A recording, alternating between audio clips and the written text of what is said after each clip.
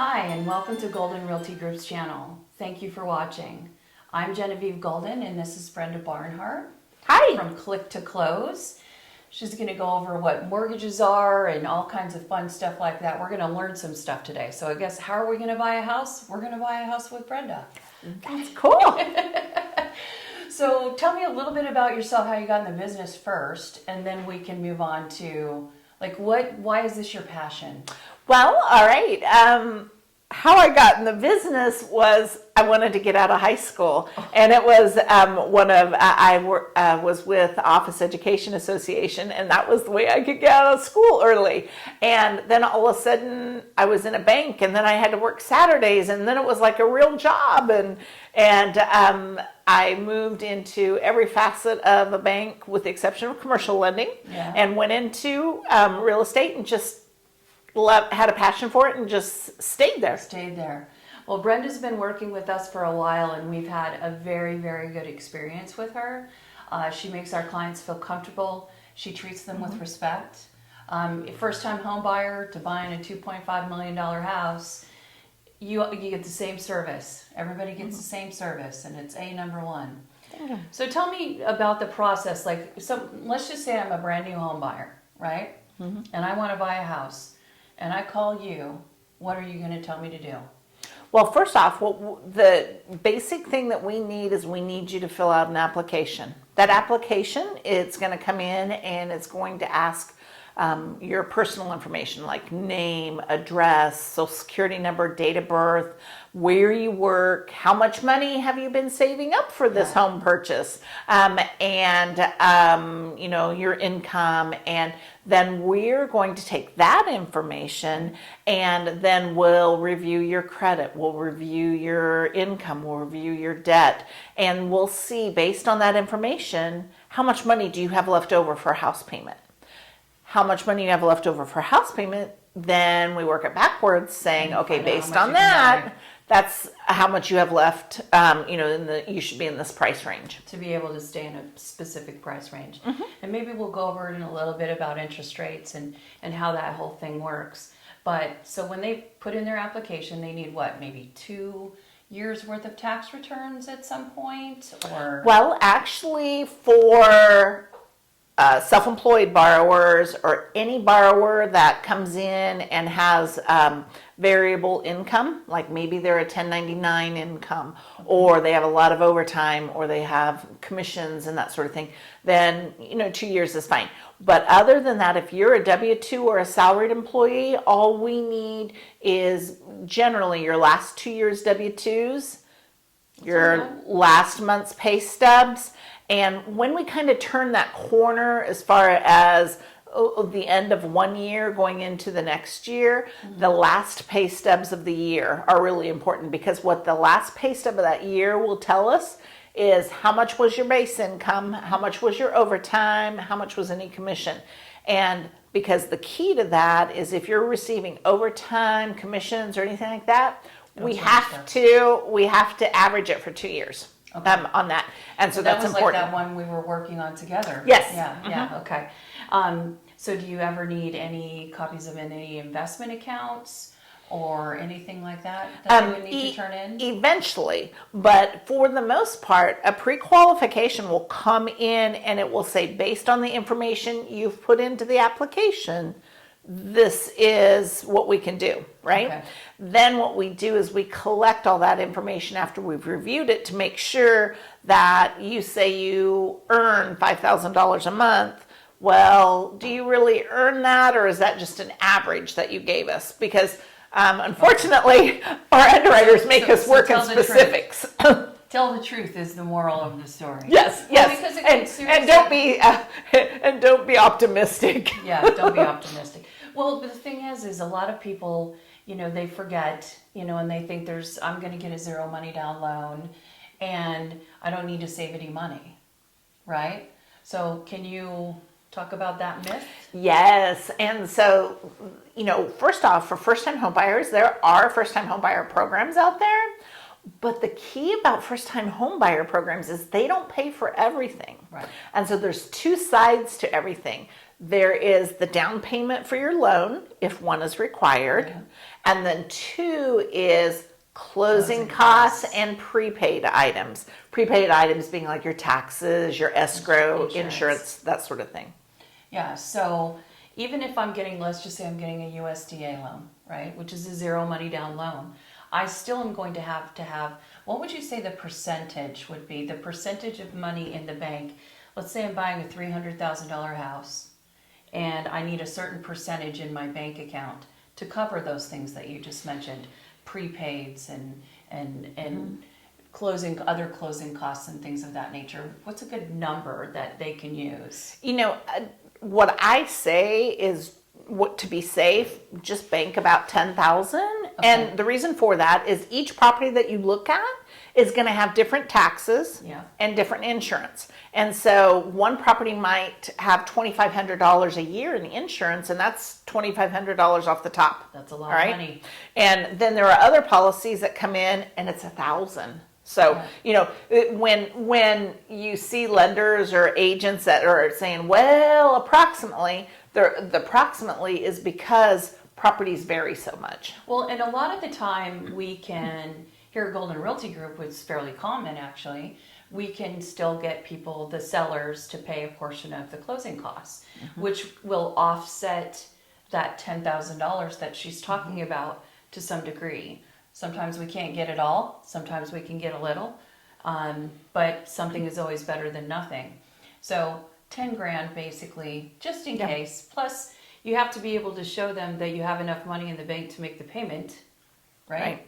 Right. Well, and here's the thing, what you want to think about being a first-time home buyer, or any buyer for that nature.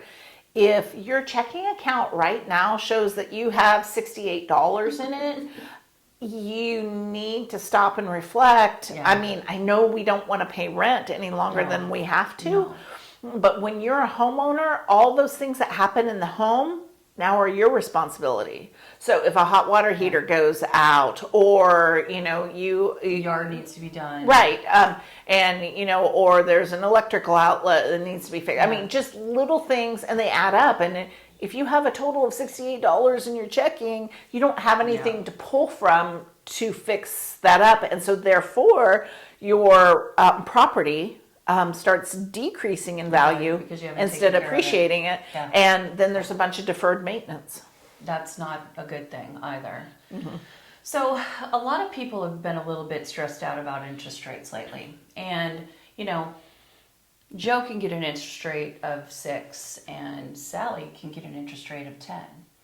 They both make the same amount of money, but why is one person getting one interest rate and another person's getting another interest rate? That's an excellent question, because I get that call all the time. It's like, well, my Aunt Sally, and the thing about it is there are up to 20 some odd things that go into figuring what an interest rate will be for a client. So it's going to look at their credit scores, the infamous credit score. It's going to look at their loan amount. What is the size of their loan amount?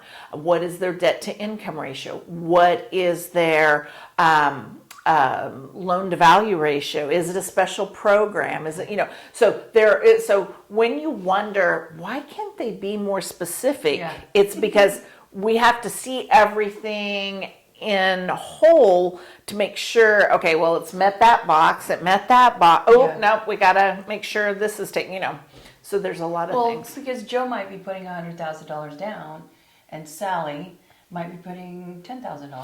And and Sally might have a $50,000 loan or $75,000 loan, and he's over here coming in at $350,000. And so those rates they change night and day. So on any given, and obviously rates always change, and they always have changed throughout the years, up and down and up and down and up and down. I'm not saying they come full circle at any point, but nonetheless, so Joe's buying a house right now, or he's looking for a house right now. How long, if you say I'm going to lock that rate, how long do they have to be able to lock a rate before they find a house?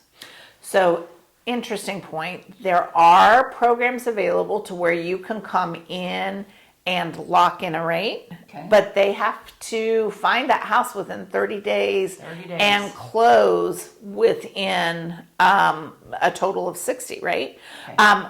So that's usually not feasible in today's market. So what we do is we continue, my company, we believe in doing what is called a daily success plan. Okay. And so every day, Monday through Thursday, we have certain things that we do. On Thursdays, every Thursday, anybody who is out looking, who's been pre-approved and looking, they're going to hear from us. And why do we do that? We do that because we need to refresh their credit. Because, give you an example, Fannie Mae and Freddie Mac just put in what are called loan level price adjustments. Not just put them in, but they just made some adjustments to them.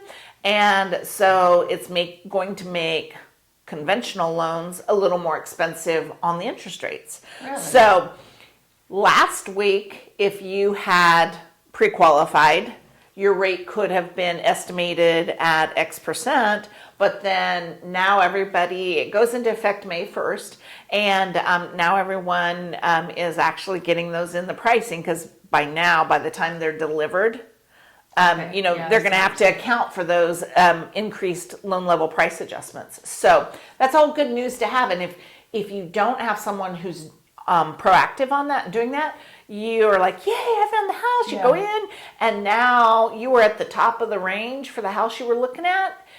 And now it's sad because we have to tell you, No, that's sorry. that's what has happened. People got pre-approved for 500,000, and then the interest rate changed, and they could only get approved for 400,000 because they're looking at their max.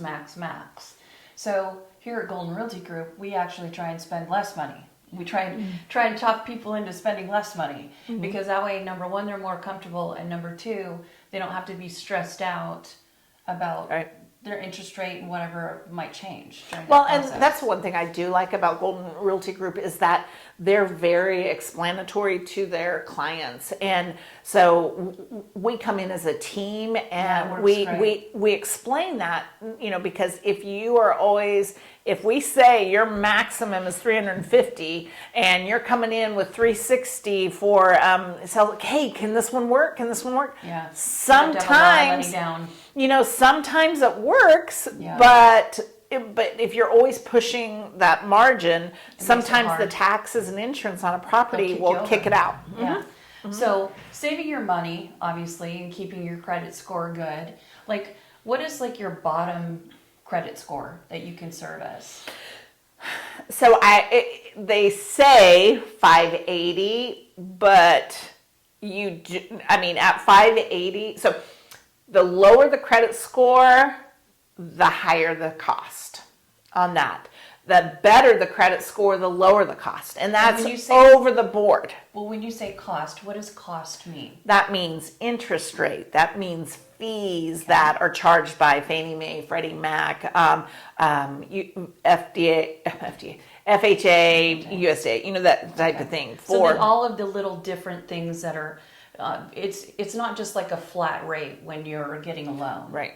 So you can't just go, oh, here it is, and this is what it's always going to be, no matter what the price point is, no matter what the Right. the And that's why transfers, Jack's right? interest rate is one thing and Sally's rate is another thing, because, their credit scores, one might be 639, one might be 759. Yeah. And those are different So prices. the higher the score, the Right. lesser the rate, and the Right. less fees that you have. So working on your credit score is obviously something that's very important. Very important. And Brenda also and her team does a really good job of helping people work through the process of getting their credit where it needs to be.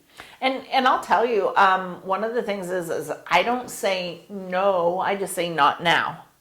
And so if you're really interested, say your credit score, you're kind of scared about what that is, don't be scared, because you've got to start somewhere. Everybody has life situations. None of us are immune, to that. And we've all been there, done that. Yeah. But what differentiates some borrowers over others is that some then will stick their head in the sand and not do anything. Okay. And then they come back a year later oh my gosh, here's this house. I want to buy this house, So but yet they're still disappointing. renting. Yeah. And okay, did you do XYZ? And they'll be like, well, we kind of, it's like, no, you have to be committed to what plan we come up with and work towards that. Or the next year, you are going to be in the exact same position that you are, only a year older. Yeah, and You know? have made someone else wealthier Yeah, by with renting from them. I don't know. I'm just the whole, and I've been doing this a long time, just like you've been doing this a long time. I think she was calling me old. Yeah, we're both old. Well, not really. We're young at heart. Yes, yes. Yeah. So when you've been doing something this long, I lean heavily on you because your regulations change almost every day. It Almost can. every day It she's can. got some kind of new something that the government's making them do. So anytime my clients, I have to put my faith in you and your team because I don't know that. God puts us all here for a reason. And she's here to help our clients buy houses. And that's it. We Yeah. we each have our lane. Yeah, we do. And so I love I'm in the that. lending lane. They're in the buying and say- selling lane. They'll call me and ask me, and I'll say, I don't know, call Brenda. And that's it because there are some agents out there that while some of that information is okay, but it's very dangerous Not their job. to send because I've listened to some and I'm like, ooh, that's not quite right, but that's what they heard. Well, I know, but even myself, having been doing this long, there's certain things that we know are standard, but it's mostly has to do with the construction of the home. So if you call me and you want to buy a home with a USDA loan or a VA loan, that house has to be in pretty dang perfect condition for you to be able to loan on it. So my lane is making sure that the house works for the loan Yes. product that you're offering. And that's the lane I'm going to stay in. So Brenda and I are going to be doing some more videos and we're going to be going over all kinds of other different products and things that she is able to take care of. But do you have one last thing for this particular video that you'd like to tell everybody and then we'll let them go watch TV? Well, I think the one thing is the sooner you plant that tree, the sooner that tree's going to grow. So the sooner you purchase that home, the sooner your equity is going to grow. And so I would say, if you've been thinking about it, you need to start putting those things in place to be able to be a homeowner because the longer you wait, the more cost it is to you because homes keep going up in value. appreciating. And as long as you're the homeowner, that's an That's a good excellent thing. idea. But if you're a renter and you're letting it before you've bought, then it's costing you more than just your monthly rent. Well, and we'd love to be able to help you. And I'll put all of your stuff down on the bottom here so everybody can contact you. Right. Your link for your application Yes. and all that kind of stuff. And I really appreciate you coming in today. Well, thank you for inviting me. She's so knowledgeable, and it's just so nice to be able to talk to you about it.